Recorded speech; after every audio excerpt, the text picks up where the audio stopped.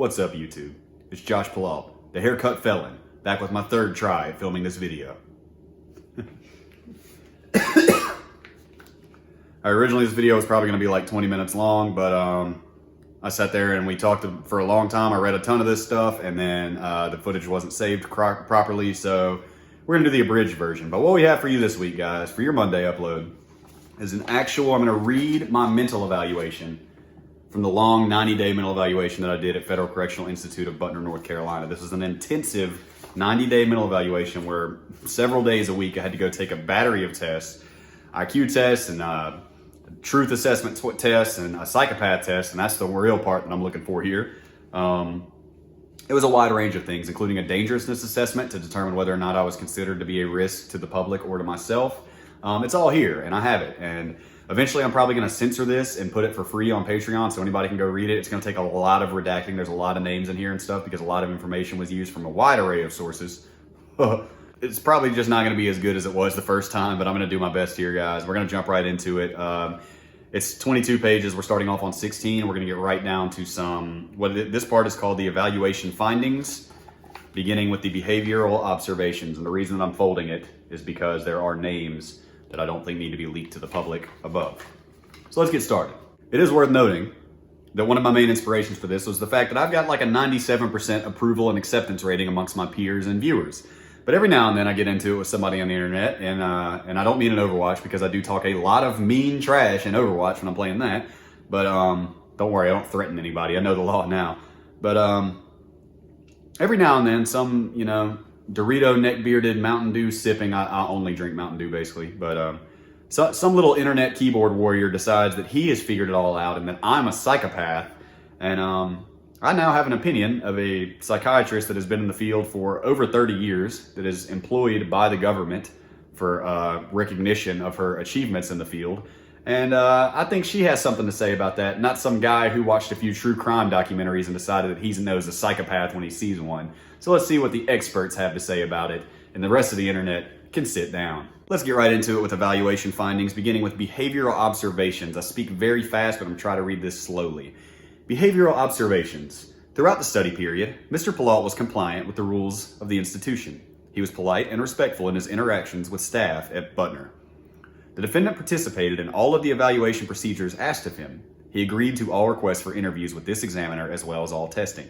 Technically, when a judge sends you to a federal mental evaluation, you don't actually have to comply. You can refuse to go to your interviews, and it's just going to look really bad on you. And it's not going to help you with sentencing at all. But I had nothing to hide, and I wanted to get to the bottom of this anyways. And I wanted the truth to come out. So I was like, screw that. I've got an opportunity to prove my mental state here. I'm going to do it. Mental status.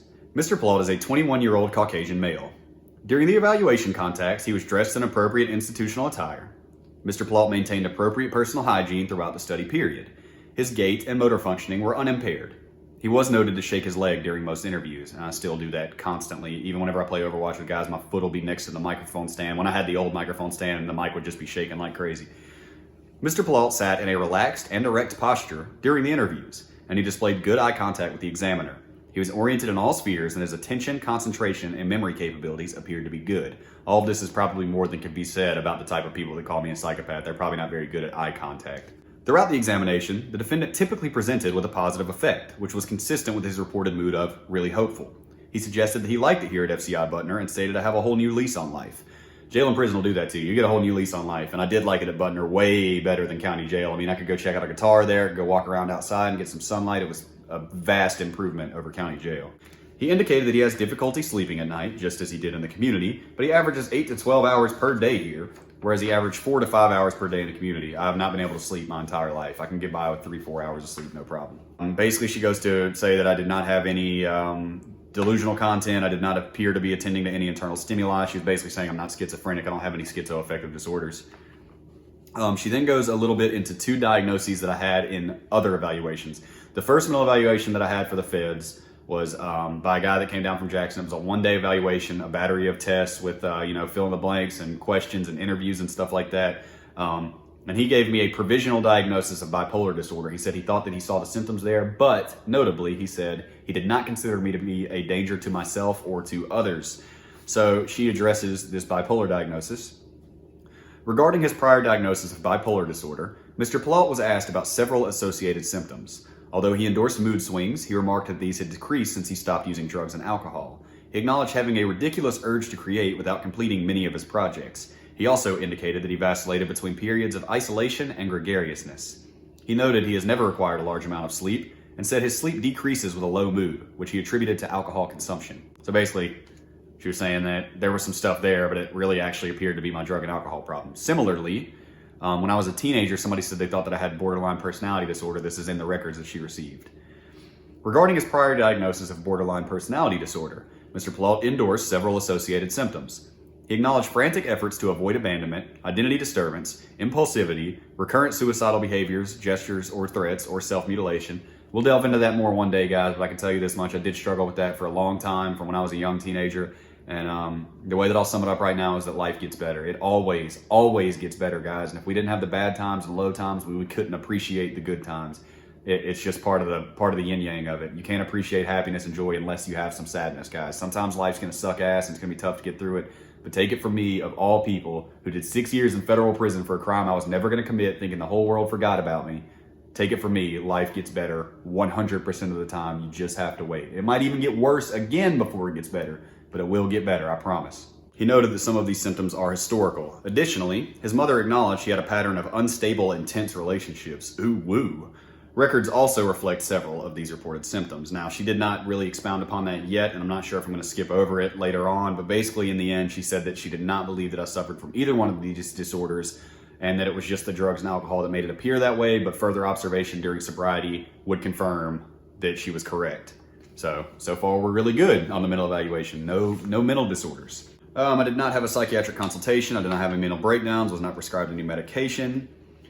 Okay, so I read this part whenever I filmed this the first time. It's an in-depth evaluation of my intellectual functioning. It includes IQ tests and stuff, which she found to be about 130, yeet, all of my perceptual reasoning index, my working memory index, processing speed index, etc., etc.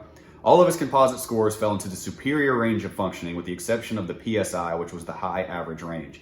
Now, the reason that I feel like that's important to note is because of the fact that the judge got furious every time that she made a reference to me being intelligent. Every single time that she said something positive about me, the judge was getting visibly angrier and angrier. His face was getting redder, his movements became stiff, and I do not understand that. I still to this day don't. I actually had somebody suggest in the YouTube comments that if this sounds so conspiracy, but I'm not ruling it out.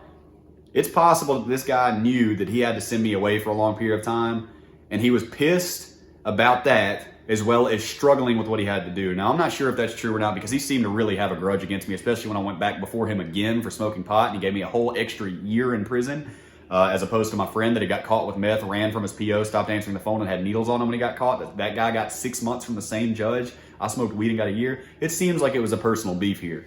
But this is where I noticed a difference in his body language and his demeanor was whenever she started calling me smart.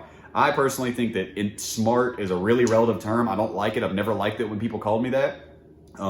Sure, I was really into like physics and astrophysics when I was younger. Yeah, that's great. And words are my thing.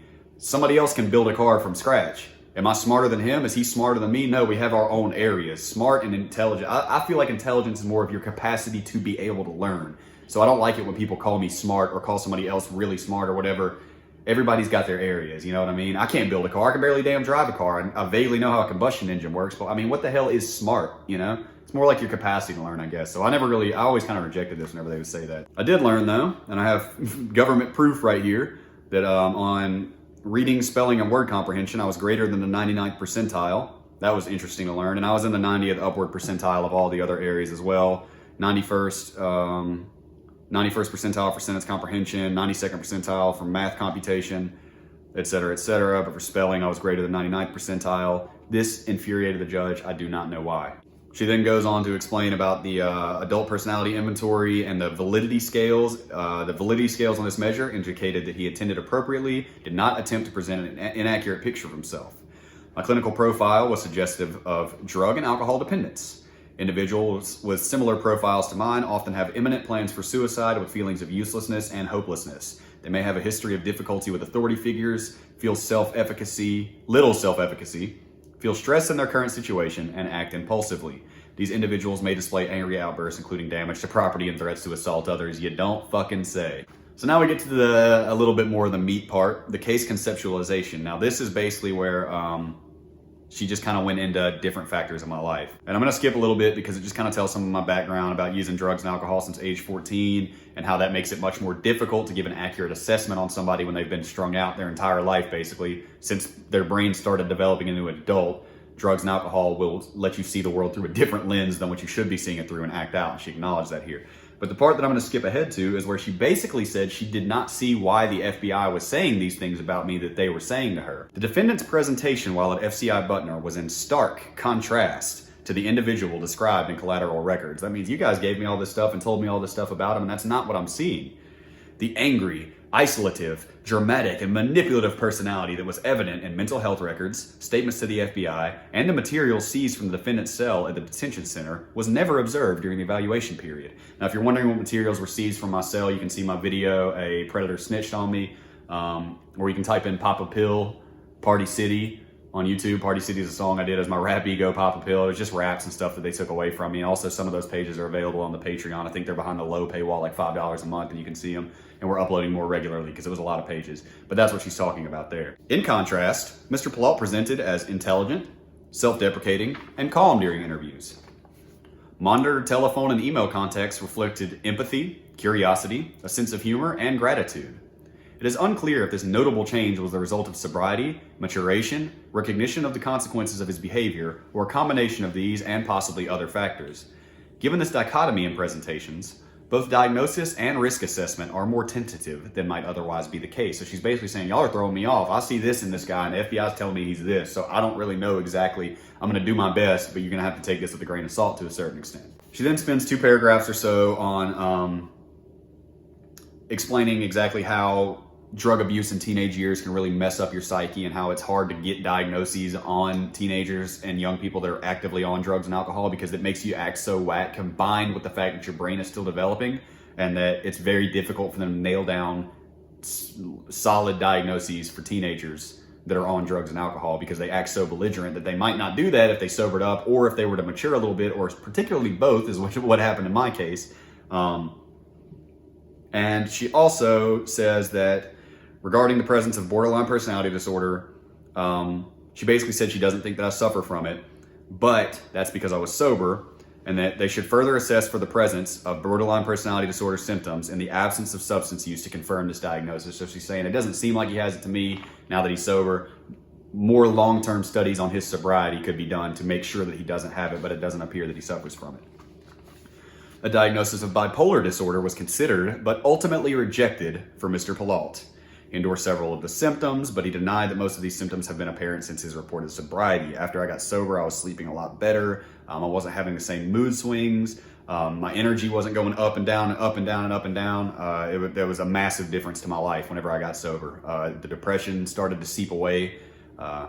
It's really funny that drugs and alcohol make you think you're less depressed, but in reality, they're really holding you down. Similarly, mood disorder symptoms were not observed during the evaluation period, although the defendant did appear to speak animatedly and shake his leg. It is likely that this presentation is his baseline and is not indicative of mania, meaning that's how I am all the time. She was like, he speaks really quickly and animatedly and he shakes his leg almost constantly, but that doesn't mean that he's bipolar. It could just be his baseline. And I was like, baseline? The most parsimonious answer for the other historically reported and observed symptoms is his extensive substance abuse. However, future treatment providers should monitor Mr. Pillault for manic and depressive symptoms in the future. There's also an article here about antisocial personality disorder, which had been considered and rejected because it had been thumbed on me in my youth. When I was like 17, they put me on some psych meds because I acted up so bad. And the guy said he thought I might have antisocial personality disorder. She refutes that here. He's engaged in deceitfulness. He has a history of lying to his mother about his substance abuse. Endorsed and demonstrated a history of impulsivity. Also demonstrated irritability, aggressiveness, including engaging in repeated physical fights. Demonstrated consistent irresponsibility. However, they had a quote from my mom saying that I was acting like that. And she said, however, according to Ms. Pillault, her son's deceitfulness was limited to his lies about his substance abuse. Similarly, it is likely that his irresponsibility could be attributed to his extensive substance abuse and age. As noted previously, impulsivity is a hallmark of borderline personality disorder, as well as common teenage behavior. As such, this leaves only irritability and aggressiveness without a diagnostic explanation. Diagnostic. So basically, she was saying that he's showing one serious symptom of antisocial personality disorder and none of the other ones. It doesn't seem like it to her. It's not enough. So now we're down to the part that I really want the internet neckbeards to hear. Now we come to the risk assessment. Am I a danger to the public? Am I a psychopath? Do I have any red flags in my life that indicate that I might actually kill someone, kill myself, kill some people in a public area? Let's see, guys. I have it on paper right here what the doctors say. 30 years of psychiatry, 30 years master's degree in her field. Let's see what she has to say about it instead of some guy that watched 2 episodes of true crime and decided that I was the next, what was his name, Chris Watts, the baby killer. To assess whether Mr. Pillault would be a risk to the safety of others, Mr. Pillault's history as well as his current presentation were considered. The assessment of his history included a review of mental health records, the transcript of the actual threats, the song lyrics and drawings seized from his cell at the detention center, the summaries of interviews with former girlfriends, bum bum bum, you'll learn more about that soon, and interviews with his mother. The assessment of his current functioning included direct observation for 3 months, monitoring of numerous telephone calls and email communications, testing, and interviews with his mother. To assist with this risk assessment, 2 instruments were used. The first is the Psychopathy Checklist, revised 2nd edition PCLR. Yeah, guys, that's right. There is a test for psychopathy. You can't just, psychopathy, sorry. You can't just say somebody's a psychopath because they crunch their Jolly Ranchers, you know, or something like that. You can't just, you don't get to decide this. There's a dictated list of things to look out for with psychopaths. You don't get to decide this, neckbeards. You don't say, LOL, I read your case, you had files on your computer the government said you had. You're a psychopath and everybody's falling for it. Let's see what the doctors have to say. The PCLR is a 20-item scale for the assessment of psychopathy, a construct that has been found to be related to violence risk. Mr. Pillault earned an adjusted total score of 15.8 on this measure.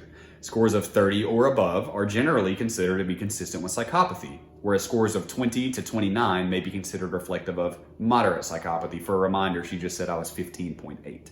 The defendant's factor 1, selfish, callous, and remorseless use of others, the score was a 4 with a T-score of 38. Very, very low. And his factor 2, chronically unstable and antisocial lifestyle with social deviance, his score was a 9 with a T-score of 45. Again, very low.